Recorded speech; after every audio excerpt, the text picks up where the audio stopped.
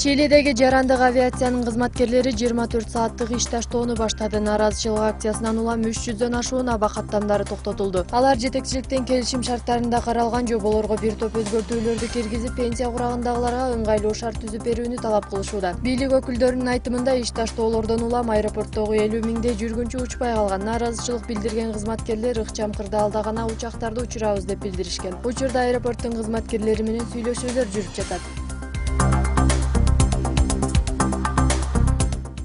Олимпиада 2024 жайкы оюндарын өткөрүү үчүн 5 өлкө ат салышууда. Бул тууралуу эл аралык Олимпиада комитетинен кабарланды. Жайкы оюндарды өткөрүүгө расмий арызды кабыл алуу үстүбүздөгү жылдын 15 январында башталып, 15 сентябрда жыйынтыкталган. Учурда Рим, Париж, Будапешт, Лос-Анджелес жана Гамбург шаарлары талапкерликке көрсөтүлүүдө. Алардын арасынан буга чейин Парижде жана Лос-Анджелесте 2 ирет, ал эми Римде бир жолу жайкы оюндар өткөрүлгөн. Эскерте кетсек, 2016-жылы жайкы оюндар Рио-де-Жанейро шаарында август айына белгиленген. Ал эми Олимпиада 2022 кышкы оюндары Кытайдын Пекин шаарында өткөрүлмөкчү.